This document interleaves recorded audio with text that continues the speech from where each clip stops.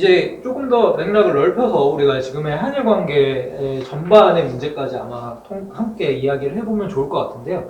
우선 이제 배상민 작가에게 질문을 드리고 싶은 내용은 이런 일본 특유의 어떤 우익적 이야기 모델 이런 것들의 뿌리를 어디서 좀 찾아볼 수 있다고 생각을 하시나요? 이게 녹화하고 계속 입을 다물고 있었대. 입을 너무 안 풀어. 이걸 운동하시오, 운동. 목을 좀 축이시지요. 기분이 이렇게 쫙 가라앉아가지고. 일본 말이라, 가나데 혼 주신구라. 그러니까, 무슨 뜻인지는 모르겠어요. 근데 구라가 숨길 장자를 훈독한 거더라고요. 맞나? 맞을 거예요. 훈독. 그 구라가 나는, 구라치는 건 줄 알았는데, 실제로 있는 단어더라고요. 숨기다. 숨기는 게 구라치는 거지. 그렇죠. 네.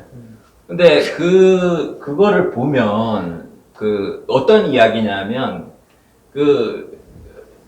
쇼군 밑에 다이묘 둘이 다투다가, 약간 비열하지 않은 다이묘, 그러니까 충성스러운 다이묘가 너무 흥분해서 칼을 뽑아서 다른 다이묘의 팔이 나를 다치게 해요. 근데 억울한 사연이지만 쇼군의 저택에서 칼을 뽑는 것은 반역에 해당하기 때문에 쇼군이 그 다이묘한테 할복 명령을 내리고 영지를 몰수해버려요.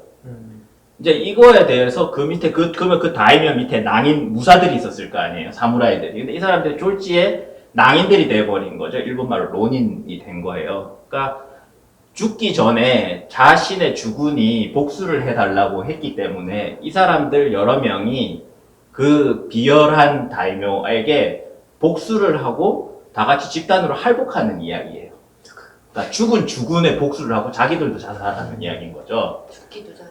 네, 근데 이제 요게 보면 이제 굉장히 처참한 이야기들이 많아요. 예를 들어서 일부러 자기가 충신이 아닌 것처럼 적에게 위장을 한다든가 혹은 다이묘가 칼을 휘두를 때, 주군인 다이묘가 칼을 휘두를 때 연애를 하고 있던 그 무사는 너무 양심의 가책이 와서, 그 사람들이 칠려면 군자금이 필요할 거 아니에요. 그 자금을 모으기 위해서 자기 아내를 유곽에 판다든가. 근데 아내는 또 남편에게 보탬이 되는 일이기 때문에 기꺼이 유곽에 또 팔려가요. 그러니까 그런 이야기들이 일본 사람들이 제가 듣기로는 우리나라 춘향전이나 흥부가 이상으로 좋아하는 이야기예요. 그런 이야기들이. 충정, 근데 이게 충이라고 어떤 의미냐면 살아있는 임금한테 하는 게 아니라 이미 죽은 거예요. 그러니까 이 사람들은 오로지 명분밖에 없는 것에 대하여 덤비는 거예요. 그러니까 제가 알기로 이런 점에서 서양의 봉건제와 일본의 봉건제는 확연히 다르다고 생각해요. 왜냐면 서양의 봉건제는 철저한 계약 관계잖아요. 근데 일본의 봉건제는 그게 아닌 것 같아요. 제가 볼 때는. 그렇지 않고서야 자기를 보호해줄 수도 없는 죽은 주군을 위해서 그렇게 복수를 하고 할복하는 무사가 있을 수는 없는 거거든요.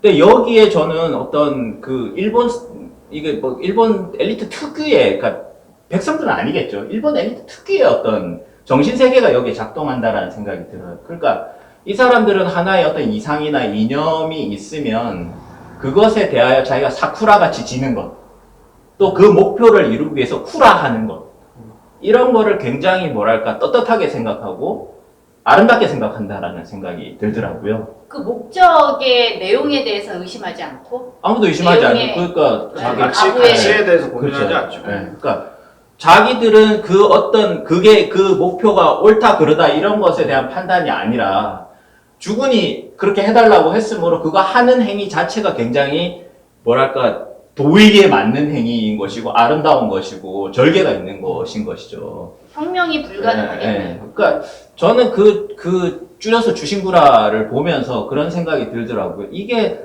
어쩌면 일본 엘리트들의 어떤 정신적인 거를 함축해서 나타내주고 있는 이야기가 아닐까라는 생각이 들더라고요.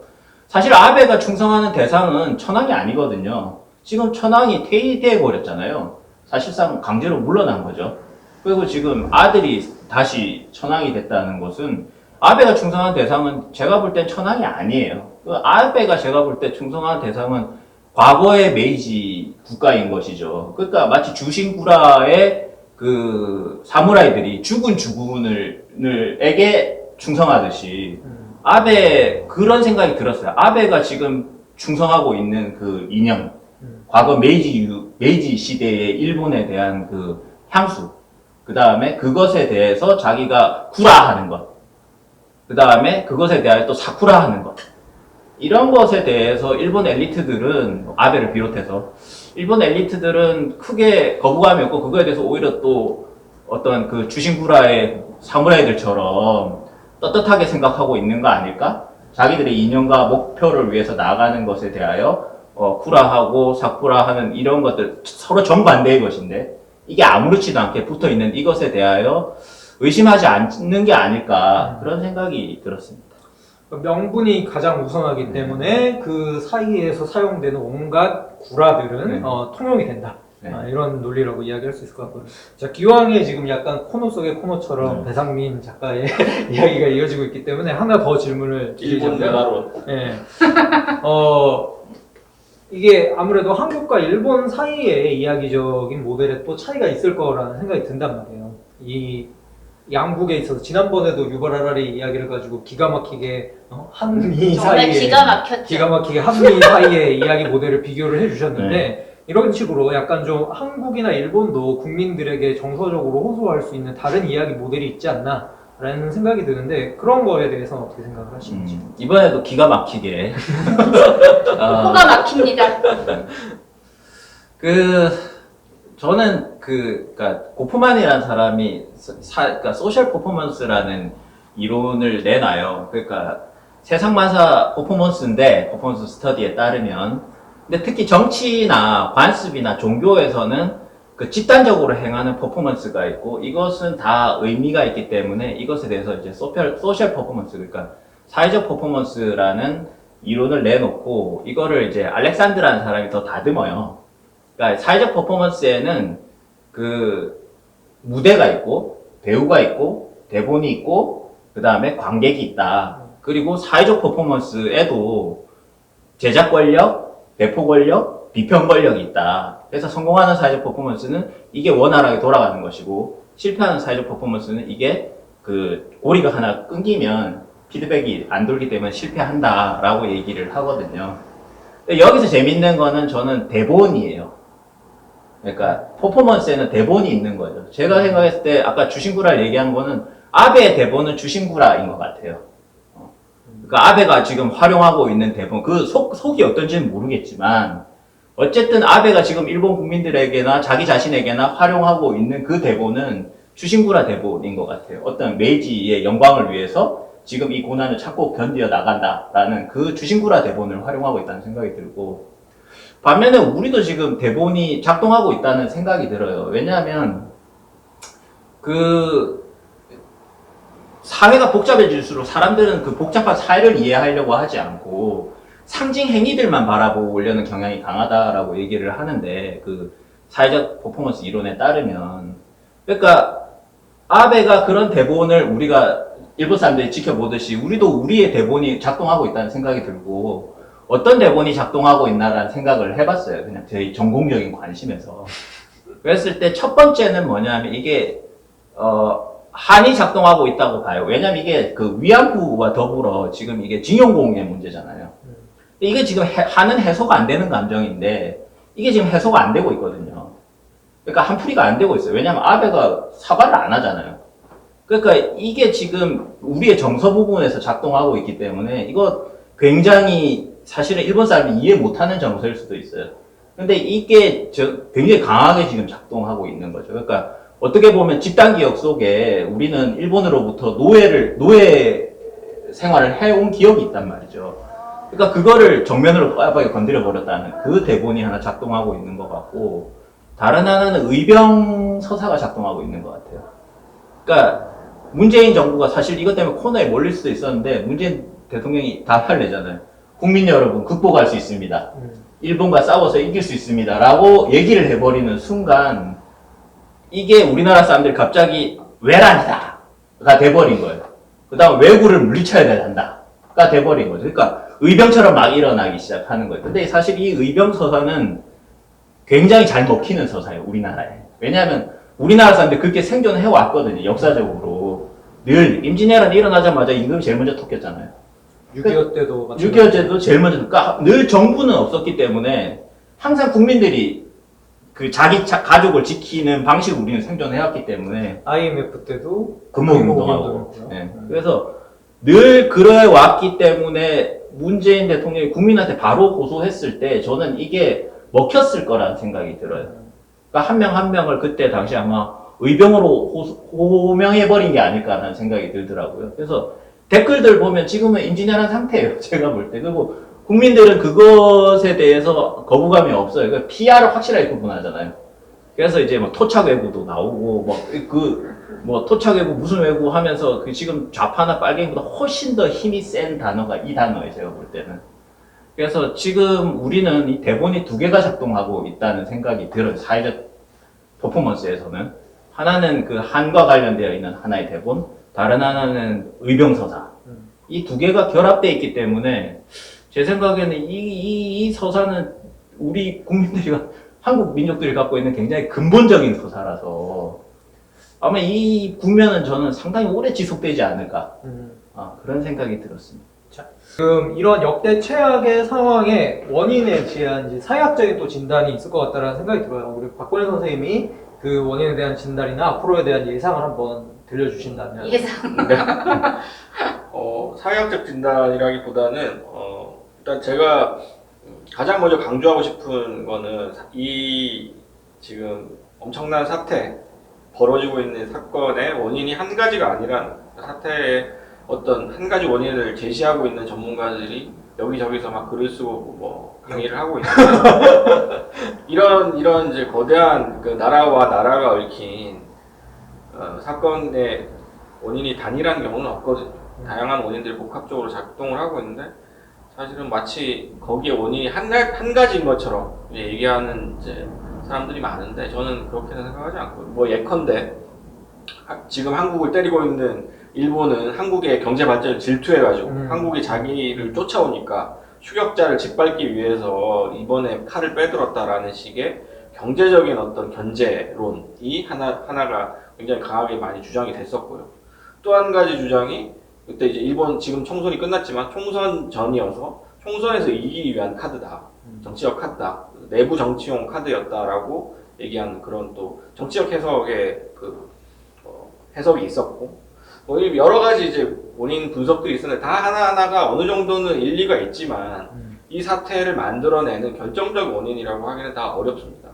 그리고 뭐 또 어떤 동북아에서 지금 계속 일본이 뭐 북미 관계나 혹은 뭐 여러 가지 지금 남북 간의 어떤 화해 무드 이런 국면마다 사실 일본이 왕따가 되면서 거기에서 뭔가 주도권을 다시 뺏어오기 위한 외교적인 어떤 노력을 하다가 안 되니까 사실은 이런 방식으로 간접적으로 치고 나온 것이다라는 해석들도 있고, 다양한 어떤 원인들은 있는데 그런 것들이 저는 뭐 한 가지로 환원될 수는 없고 다양하게 복합적으로 작동을 했다고 생각을 해요. 물론 박근혜 정권 시절에 맺었던 뭐 협정에 대한 뭐 한국 측의 어떤 태도에 대한 불만 이런 것도 분명히 작동을 했겠죠. 내부적으로는, 일본 내부적으로는. 그런 것들 하나하나가 뭐 하나의 원인으로 작동했다라고 얘기하기보다는 전체 그림에서 그러면 지금 어떤 국면인가를 살펴보는 게 되게 중요한 것 같아요. 그러니까 지금이 저는 세계사적으로 봤을 때도 지금 동북아가 굉장히 19세기, 20세기가 들어서던 시기와 굉장히 비슷한 국면이다라고 생각을 하고 있고, 그것은 사실은 어떤 세계체제적인 변화가 임박했기 때문에 그런 거라고 생각을 합니다. 그 세계체제라는 것이 사실은 2차 대전 이후에 그 전후 질서라고 보통 부르고 있는 그런 것들이 결국 냉전 질서거든요. 그러니까 미국이 소련이 밀고 내려오는 것들을 한반도에서 막아내는, 그리고 그 막아내기 위해서 일본과 한국과 주변 뭐 대만 등등의 주변 국가들을 활용을 해서 어떻게든 소련과의 어떤 대치 국면에서 저지하기 위한 그런 이제 체제가 냉전 체제이고, 그 냉전 체제를 유지하기 위한 비용을 엄청나게 많이 이제 치러왔죠. 그리고 대만과 한국에는 특히 이제 독재 정권이나 독재를 허용을 함으로써 인해서 시민사회의 발전을 더디게 만들고, 일본 같은 경우에는 또 왜곡된 형태의 자유민주주의를 이제 이식을 하면서 사실은 일본 역시도 경제 발전을 떡고물로 받았죠. 한국 역시도 사실은 그 거대한 냉전 우산 아래에 있었죠. 그 우산 아래에서 사실은 많은 사람들이 피 흘리면서 독재 정권에게 희생당하기도 했지만 어쨌든 경제적인 번영도 얻어냈던 겁니다. 근데 이 체제가 사실은 어떻게 보면 오욕의 체제였는데 영광과 오욕이 함께 버무려진 체제가 사실은 이제는 더 이상 작동하기 힘든 시기가 된 거죠.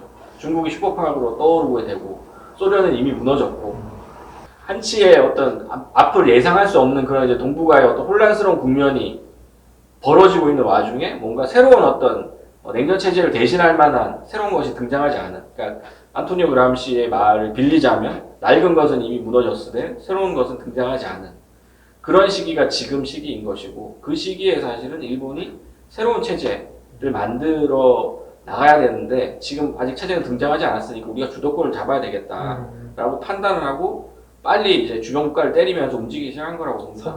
선빵 날린 거죠, 사실은. 일본은 사실은 우리가 일본을 욕하고 하지만 일본은 제국을 운영해 본 나라거든요. 대동아 공영권이라는 엄청난 스케일의 어쨌든 제국을 운영해 본 나라예요. 큰 그림을 그려봤다. 네, 우리는 보통 일국적 차원에서만 생각을 하지만 일본은 어쨌든 아시아 차원에서 사고를 하는 것이 습관이 되어 있는 사회거든요, 기본적으로.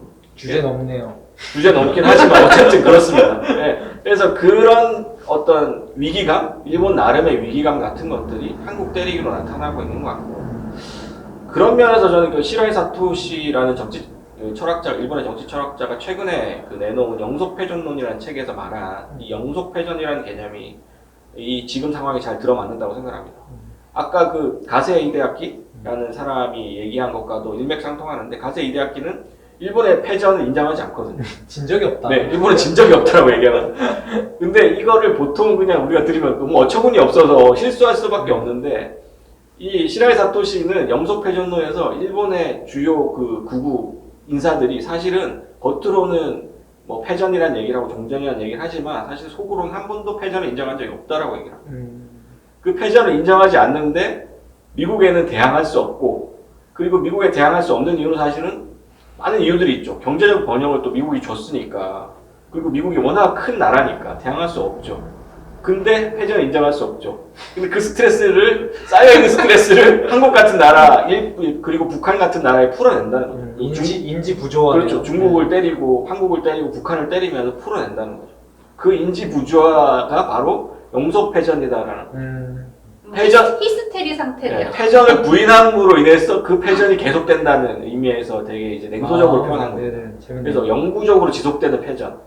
그래서 영속패전론이라는 책을 썼는데 굉장히 좀 단순하면서도 명쾌하게 지금 일본 우익들의 심리 상태를 보여주는 개념이라고 생각을 하고, 지금 한국 사회가 대응하고 있는 일본 정부의 어떤 무의식, 말하자면 무의식입니다. 저는 무의식이라는 개념을 별로 동의하지 않기 때문에 잘 쓰진 않는데, 일본의 우익들의 어떤 무의식을 드러내는 단어로서의 영속패전, 그 개념이 좀 유용한 것 같아서 좀 얘기를 해봤고요. 그래서 이 전쟁의 최종 책임자인 텐노, 그러니까 즉 천황이라고 불리는 존재가 계속해서 천황제를 유지하면서 지금까지 이어오고, 또 새로운 천황으로 뭐 이번에 레이와였나요?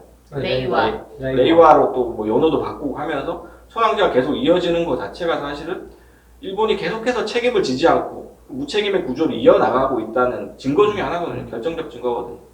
근데 그런 것들을 계속 유지하겠다는 것이 아까 배상민 선생님께서 말씀하셨듯이 결국 메이지 시대의 그 과거의 영광으로 돌아가겠다는 거예요. 그래서 그런 것들을 일본 국민들도 사실은 메이지 시대가 우리의 가장 영광스러운 어떤 기원적인 시대다라고 이미 많이 동의하고 있기 때문에 지금 아베가 이렇게 유지되고 있는 것인데, 그것을 저는 깨야 된다는 거죠. 그것을 깨기 위해서는 우리가 지금까지 갖고 있는 아까 얘기했던 그런 의병에 대한 어떤 생각이라든가, 혹은 과거에 갖고 있었던 어떤 우리의 한이라든가, 그런 민족주의적인, 우리 내부에서는 이미 다 동의하고 있는, 하지만 외부에서는 누구도 이해할 수 없는 그런 거 가지고는 깰 수가 없다는 거죠. 아베 역시도 마찬가지입니다. 아베가 갖고 있는 그 메이지 시대에 대한 판타지, 일루전, 그 환상 가지고는 사실은 세계 시민들한테 아무리 얘기해도 설득되지 않을 겁니다. 그거는 자기네들 나라 내부에서만 통용되는 논리거든요. 그것은. 일종의 일루지오, 그러니까 부르디에식으로 얘기를 하자면 공동체 내부 사람들만 공유하고 있는 일루지오 환상이거든요. 여러분. 공동 환상으로서 존재하고 있는 그 메이지 시대의 환상, 그리고 공동 환상으로 존재하고 있는 우리가 과거 겪었던 고통에 대한 한 이런 것들은 사실은 한 발자국만 밖에 나가면 통하지 않는 이야기들. 그래서 제가 아까도 얘기했듯이 노 재팬이 아니라 노 아베로 가야 된다는 것이고, 결국은 보편적인 차원에서 보편주의를 주장하지 않으면 사실은 싸워 이길 수 없는 싸움이거든요. 이 싸움 결국은 동북아 전체 싸움이고, 결국은 세계 시민들과 함께 설득해내야 되는 싸움이거든요. 그러니까 위안부 소녀상 이번에 그 나고야에서 전시회가 뭐 금지됐나요? 어쨌든 그 미술관의 전시를 금지한다는 나고야 시장의 발표가 있은 다음부터 전 세계 사람들이 유튜브에 자기가 소녀상이 되어서 직접 그 의자에 앉는 퍼포먼스를 지금 유튜브에 올리고 있거든요. 사실은 그것이 사실 보편주의의 차원입니다. 소녀상이라는 자신이 알지도 못하는 동북아의 어떤 희생자들을 기리면서 전 세계 사람들이 그렇게 실제로 퍼포먼스를 벌일 수 있다는 것, 그런 것들을 설득해낼 수 있다는 것은 사실은 우리가 갖고 있는 어떤 민족주의적인 한 이런 게 아니거든요. 보편적인 인권의 차원이고 휴머니즘이기 때문에 그런 부분에 있어서 저는 노 재팬이 아니라 노 아베로 가야 되고, 그런 면에서 일본 시민들과 지금도 연대를 하는 것이 가장 시급하다 이렇게 얘기하고 싶습니다.